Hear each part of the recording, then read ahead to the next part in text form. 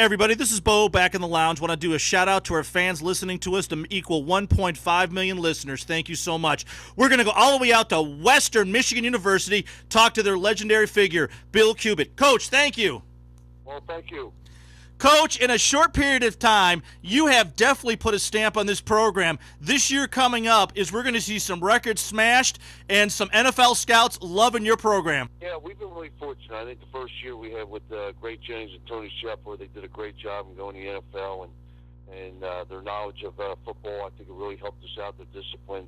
And then we've been pretty lucky this past year. We had Louis Delmas and E.J. Biggers get drafted, and a couple other guys signed contracts. So, and I think this year we got another guy that I know a lot of people are interested. We've already had about 10 or 11 teams already to come in and see Tim. Yeah, and poor Lester out at Elmhurst. He's got. Did you mail him a Kleenex box to dry his eyes when those records get broken? You know what? And I always tell Tim, I said it was always because all the good wideouts and the tight end, the system we put him in, because he didn't really throw the ball real well, and so I always get in my digs about that with him. Coach, you watch how your program works and that solid offensive line. When that ball is snapped, you guys cut it hard, block hard. It's a very poised system, and I know a lot of people are going to be watching you as you hit your non-conference schedule.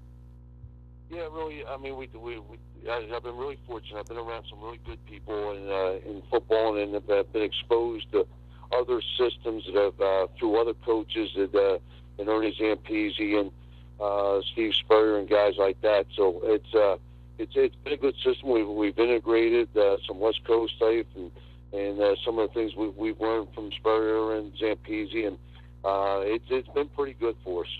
When you compare your program to what Michigan's doing with Rodriguez, you seen some similarities as far as him borrowing some of his ideas with your program, and now he's bringing those ideas to the Michigan program. However, you're a little further along than he is with Michigan right now. Yeah, and he'll get it going. I mean, that's a drastic change from what they did before. That'd be like me coming in here and doing the basic, the same thing and try to do it in 1 year. It's just, it's hard. And then your kids got to buy in the system, because there's other things that are involved in as far as weight room and disciplinary action and how you want to run a program and assistance and relationships. So I'm sure Rick will. He'll have it all going in a short period of time. Hopefully, not that quick. Yeah, at least by the first game, right? Not done by the first game. Exactly. Yeah. Coach, you look at the program you've put in together, and a lot of us fans do not realize that these are still young kids, and the hardest part of your job is on game day, is managing those emotions. What are kind of things that you have set in place to help identify maybe a little emotion, a little anxiety, a little frustration at different times, because they're so critical in a game situation for those young men to really control some of the energy level? It really is. It's we do what we call Bronco spirit here, and we go over 16 different points, and what it takes to be a Bronco and really be a success in life. And you got to teach them in every little thing, every little aspects of practice and meetings, whatever. And then you just hope by game time they figure it all out. And I've talked to a couple of true freshmen the other day, and we're going to be playing in front of a stadium that's a lot bigger than a lot of our kids' towns. And they haven't seen these type crowds, and you try to get them to understand what the speed of the game is, but they really never understand. That's why our seniors and our older kids, which of course we don't have many seniors, but they got to let these kids know, exactly how it's going to be. Yeah, absolutely, Coach. And that's when a lot of people actually sit down and see the senior list or the junior list. If a team is doing successful with sophomores and freshmen, they've got a good program in place, and a lot of maturity from the recruitment side is not taking chances on maybe guys that might be wild cards, but making sure you steady the course. And you've certainly done that with your program. Yeah, we don't. One of our main thing around here is character, and the next thing is being disciplined kids and with a lot of passion and the talent. But we're not going to sacrifice character or intelligence or passion for talent. I mean, I don't think that's a right way to go. We've been really fortunate with the kids we've had here. They buy into the system. They know we're doing recruiting, and like I always tell them, I said, you're coming here for a reason. If you don't like this one, don't come here. Go somewhere else. And so when the kids come here, they know what to expect. Yeah, Coach. And the other thing that I like is that the MAC has certainly done an about-face a few years ago. Every single team, it seems like, has got an incredible story. And if you talk out west, they're talking about what's going on in the MAC. To have that reputation when you sit down and talk with either ESPN or local affiliates, or when you have a kid that's off the West Coast coming to look at your program, you've got so many positives going in right now, the conference play. Yeah, we really do. I think national TV has really helped out, but I really think the success of the kids in our program going to the NFL, and I still remember when Tony and Greg got picked in the second round, it made recruiting a whole lot easier. This past year, having Lewis and EJ and a couple of our other guys going and signing contracts, it's just, they see where they can play early, and they can break a lot of records. And in this system that we've had here, I think 8 or 9 of the top 10 guys in terms of receiving yards is one of our guys, and in catches also. And of course, the 2 quarterbacks will be in our system, and and the tight ends. The last 6 tight ends we've coached in this system have all go to the NFL. So it's been pretty good, and we just got to keep moving on, getting good quality kids. Coach, the reputation you have on campus, the alumni, the fan support, when you show up for any type of event, the fan fellowship is gigantic. We've talked to a lot of different promoters in boxing, mixed martial arts on the west side of the state, and they are such a supporter of what you all do. You're just so binding with the community.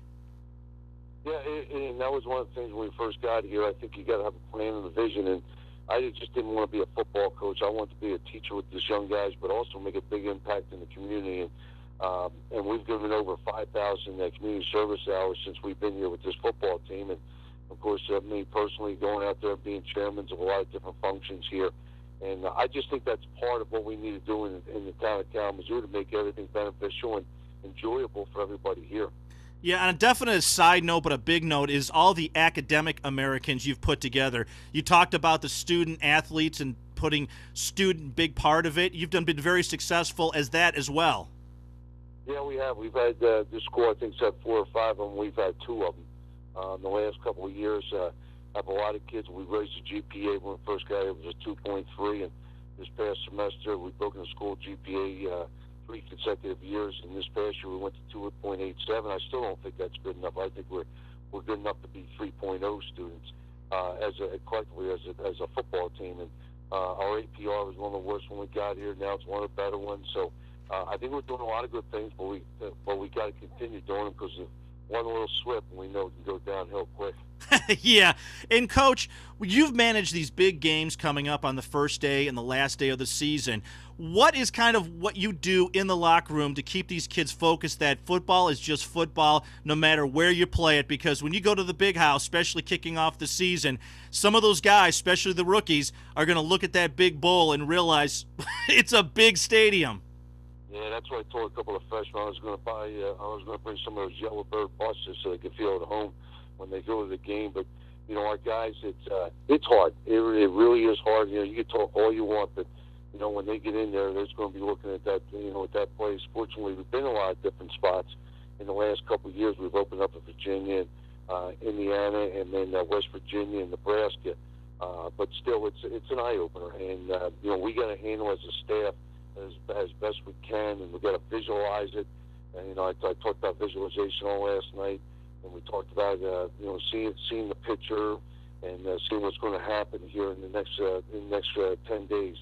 And but still, it's going to say when somebody hits you hits you in the chest or something like that out there, all of a sudden it just changes a little thing. Yeah, absolutely, Coach. Thank you for taking so much time with us. We greatly appreciate it. Thank you, Bo. I appreciate the time. I really do. Absolutely. Hey, guys, that was head coach Bill Cubit from your Western Michigan University Broncos. He is a juggernaut of a coach, and this season's going to be a knockout year. Record breakers, NFL, and academic All-Americans are all coming. Coach, you have a good day. Thank you, Bo. I appreciate it. You're welcome. We are off the air.